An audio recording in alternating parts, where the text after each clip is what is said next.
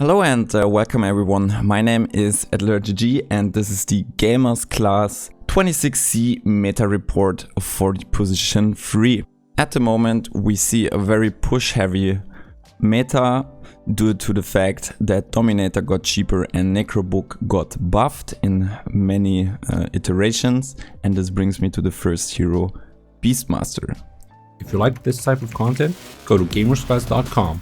For just $5 a month, get your replays analyzed, join monthly live sessions with pro players, get access to our entire content library, win prizes, and more with our supreme Dota 2 membership. Beastmaster is usually skilled in a 1-4-1 or a 0-4-4. So most of the time you want 1 point in axis, and then you max out the boar and the hawk, and then you follow it up with the aura. So you end up usually with a 1-4-3 on level 10. The item build is pretty straightforward. You usually rush a Necro 1 into boots, into Dominator, or in some cases you can also buy the Dominator into boots, into Necro 1, depending on your personal preference and your enemies. After that you usually follow it up with a Necro 3. But be aware that you can also go for a Blink Dagger in between if you need initiation early on, if none of your teammates provide any form of initiation and you need to deal with split push. For example, in this game you see a Prophet on the enemy side and he might go for a heavy split push style, and you can buy a Blink Dagger somewhere in between Necro 1 and Necro 3 and just try to pick him off. Also you want Blink Dagger usually after you finish your Necro 3. But if your team provides initiation in form of Storm Spirit, for example, or a Clockwork that just jumps the enemy team, you can skip the Blink Dagger if you feel confident that your teammate brings the initiation to the table, and go for a more utility oriented build after you finish your Necro 3 in form of a Pipe, Crimson Guard, Solar Crest or Lotus Orb. Friends of Beastmaster. Well, usually you want burst heavy supports that you can gank with, so you can score some easy picks on the side lane with your Raw when it's up, like a Skyref Mage. Beastmaster can also be utilized in pushing lineups with other heroes that allows you to bring down towers very quickly, like Death Prophet or Lycan, as you can see in this game. Another thing that you want to consider is that Beastmaster usually wants a range hero on his lane, so something like Grimstroke or Oracle or Witch Doctor, just anything that is range oriented, so he has an easier time on lane. So what are the strengths of Beastmaster? So he is a very farm oriented hero, I would say, because with the summons in the Necrobook you can clear waves very quickly and you can even farm multiple camps at once.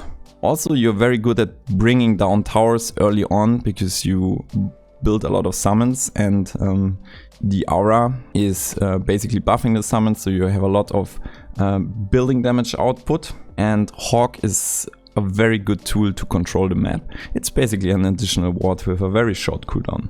The hero also comes along with decent pick-off potential after you finish all your items in form of Necro. If you get a good Dominator unit and you have Necro 1, you can easily pick off people yourself. But before that, you usually want a support, and for hard kills you also want a support to join you. Also, a very interesting concept about Beastmaster is that if you play it with a lot of summons, you can keep your hero outside of team fights. So you basically just pop your Necro, pop your boars and send them in onto the target you raw, and keep your hero outside of the team fight itself, so you're never in danger of dying. Beastmaster also has a few weaknesses. So since we're summon based, the hero concept itself is bad. So if you have the hero on its own, it does not a lot. So you basically have nothing if your Necrobook is not ready or you don't have Dominator units. Another problem is that we only deal physical damage. I mean, they changed the axis now to magic damage, but still the main portion of the damage is physical from the summons. So high base armor heroes like Terrorblade in this game, for example, or Naga can be very hard to bring down, just because at some point they accumulate around 30 to 40 base armor. Another downside is that the laning stage is medicore, and the hero itself is easily countered in the laning stage. So I took this replay because We have an Enchantress on the enemy team, so we cannot utilize our boars as we want to, because if we use boars during the lane, she will just convert them and then the Enchantress has the boar and you need to deal with your own boar. Also, there's a lot of heroes that have really good AoE clear, like a Wyvern for example, or a Witch Doctor who can stun your units, so anything with high AoE damage output is very troublesome.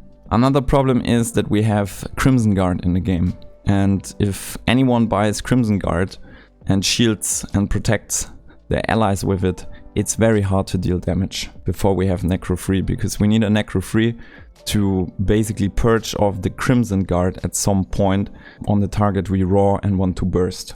So before that, Crimson Guard is one of the best, if not the best item against Beastmaster. So what are the natural hard counters? As we can see in this game, the Enchantress' sole purpose is to make Beastmaster's life as miserable as possible.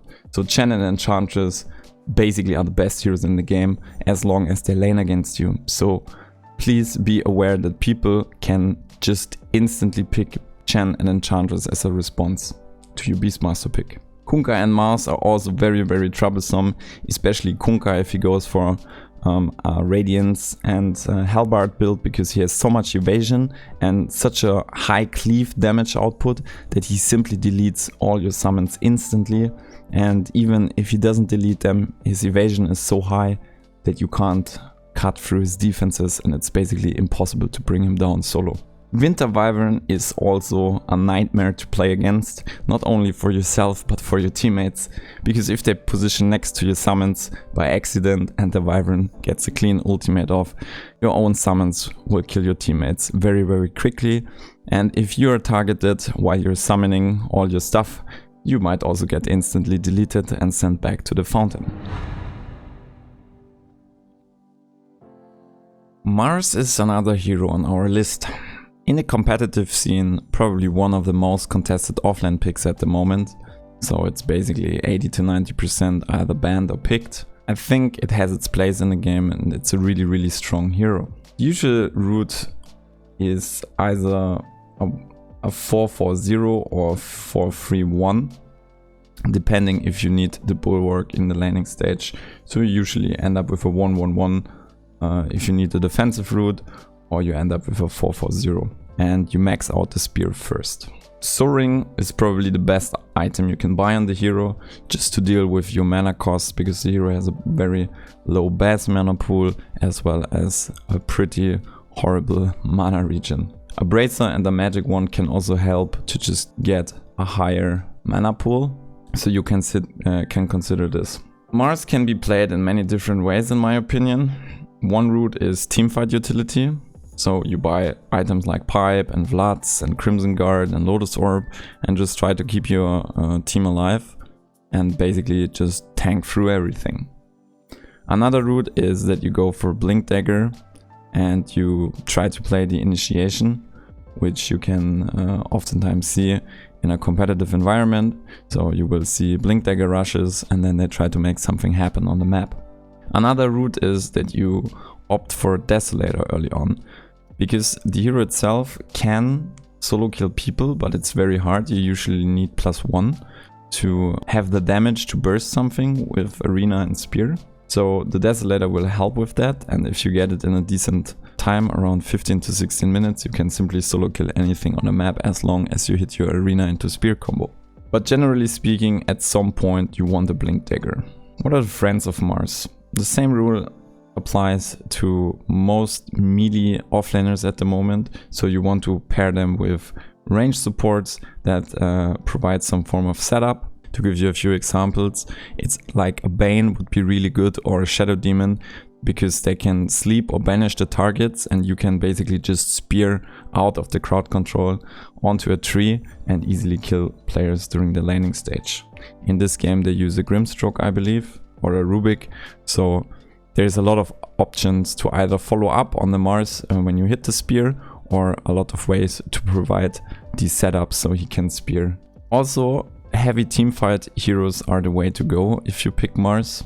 The bread and butter combination in every competitive match at the moment for a pretty long time is Mars and Phoenix, so most teams will either ban Phoenix or Mars because it's close to impossible to fight into this. Another option would be Invoker, for example, or what is also pretty cheesy and got invented in the competitive scene is Mars into Dark Willow ultimate. So the strength of the hero is initiation. Once you have a blink, you can basically force people to stay where they are, so you just blink onto them, put an arena in, and the fight starts. There's no going back at this point. The hero itself is also pretty strong in pick-off scenarios where you play a 2 versus 1 on the side lanes. So as long as you have an additional hero, the pick-off potential is insane, because spear into arena or spear with some form of magic burst onto the spear will do the job in most scenarios. The hero itself is also really strong in the current meta, because there's so much summon-based stuff. So basically when a lot of summons hit you, you can just face them and the bulwark will proc and you don't take a lot of damage. There's a few downsides. The problem is the damage output on the hero itself is in most cases not high enough to do solo pickoffs. So only when you are in a advantageous position and you're snowballing, then you can pick off people solo. But if it's a pretty even game, you will have a hard time finding kills on your own. Then the hero gets completely destroyed by any form of heavy magic damage. So Ancient Apparition, Pugna, all these magic burst heroes will just completely roll over you, because the Bulwark does nothing, and that's why we see a lot of hoods and pipes on Mars as well. It can be easily countered on lane. So there's a lot of heroes, cores as well as supports that can easily lane against Mars, like a Lifestealer for example, or a Juggernaut. And there's also a lot of supports that are really good against strength based cores like Witch Doctor. The natural counters to Mars are Bat Rider, Riki and Pugna. So Bat Rider is probably the worst hero to play against, because it will slow down your turn rate, and Bulwark only works if you face the enemy.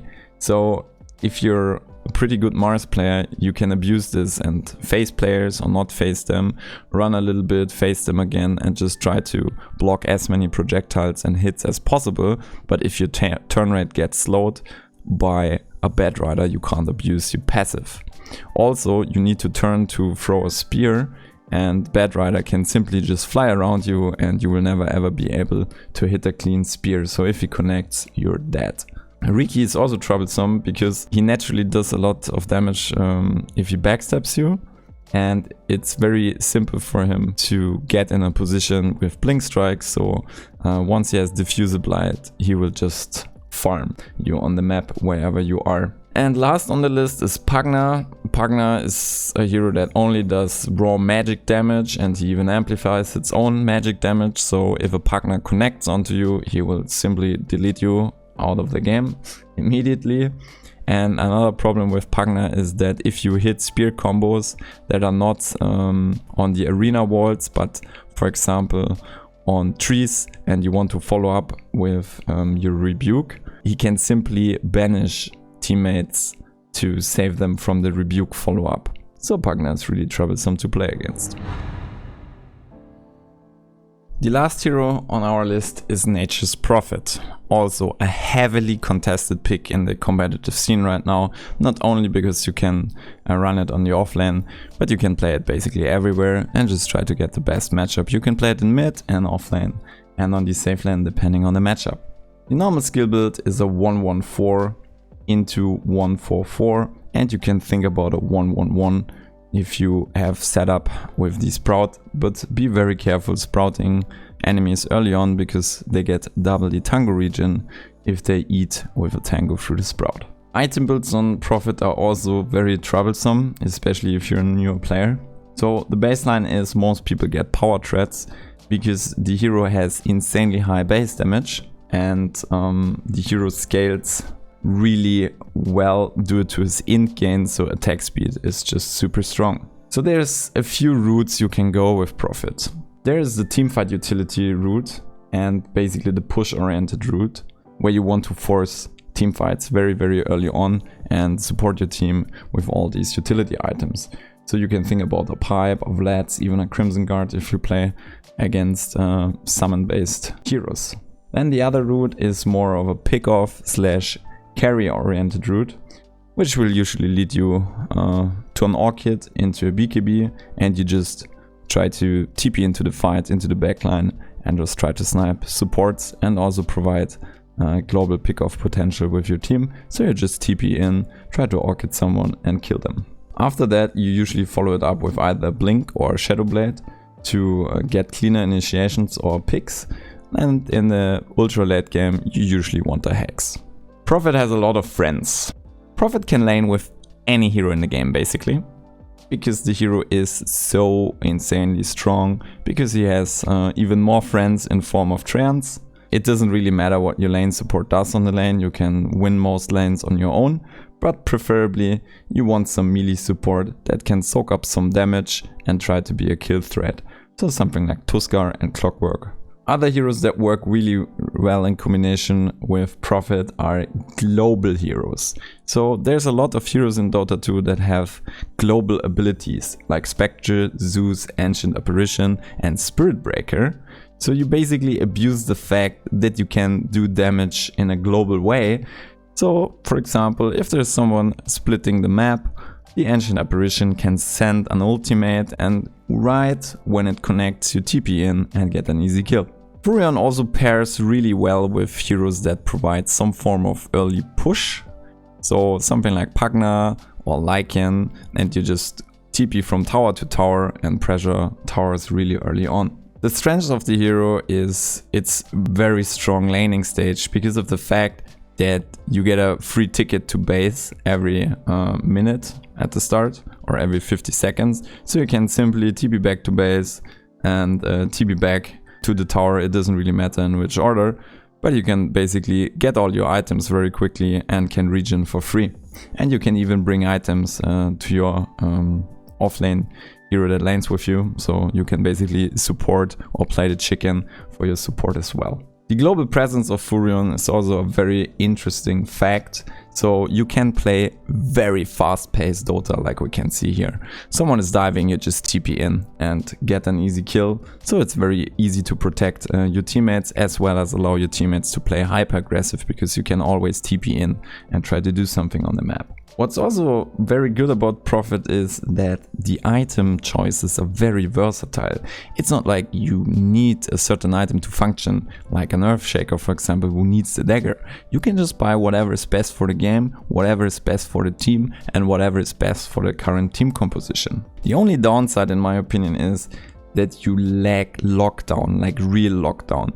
I think Sprout is not a real lockdown.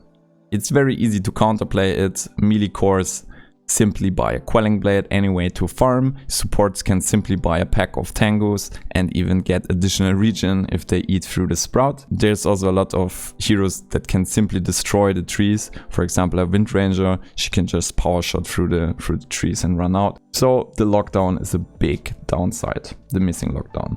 The weakness is that Prophet can fall off during late game scenarios. So with a Prophet you usually want to be ahead, so it basically functions like an anti-mage. You farm really fast, you want to push really fast, you want to play really fast-paced Dota, and if the game slows down and you can't really farm effectively on the side lanes and try to outfarm your opponent, and the hero falls off very quickly. So you basically just get out carried. It's also very hard to deal with mobile heroes because you simply lack the lockdown. So if you play against any form of spirit, Earth Spirit, Ember Spirit, Void Spirit, Storm Spirit, there's nothing you can do to them. If they connect, you're dead. And if you try to kill them without any form of disable, so if you didn't complete your Orchid yet, they're basically untouchable. Also, you might be in trouble against vision-based heroes if you try to split the map, and usually Prophet wants to play the side lanes as much as possible, create space for the team, push out waves and try to push down objectives on his own. And you will often TP into tree lines and try to wave cut and try to mess with the creep equilibrium on the enemy side basically, and if there's any vision based hero in the game, they can simply scout you by pressing a Zeus ultimate, for example, or a Spectre ultimate, and suddenly they find you and you're dead. So no escape.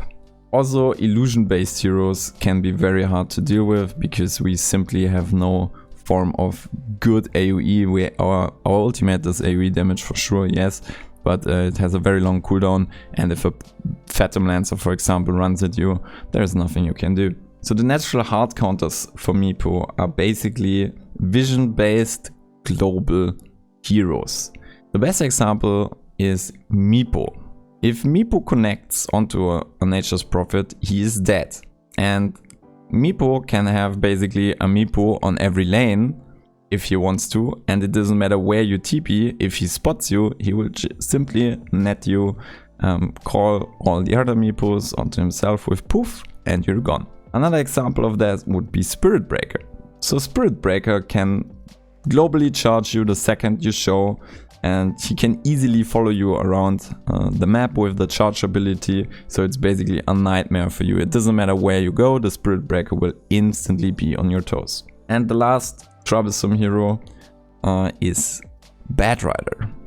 A lot of players might think, why Bad Rider? Well, if you play the side lanes and a Bad Rider really wants to find you, he will find you. Because he can simply fly over all the trees, destroy a lot of trees. You can't do anything to him because he can just firefly up over the sprout that you cast that you might want to use to protect yourself and TP out. And he has a TP cancel, so he can simply burst you down and there is no way you escape. That was the GamerzClass 26C meta reports for offlaners. My name is AdlerG and thanks for watching.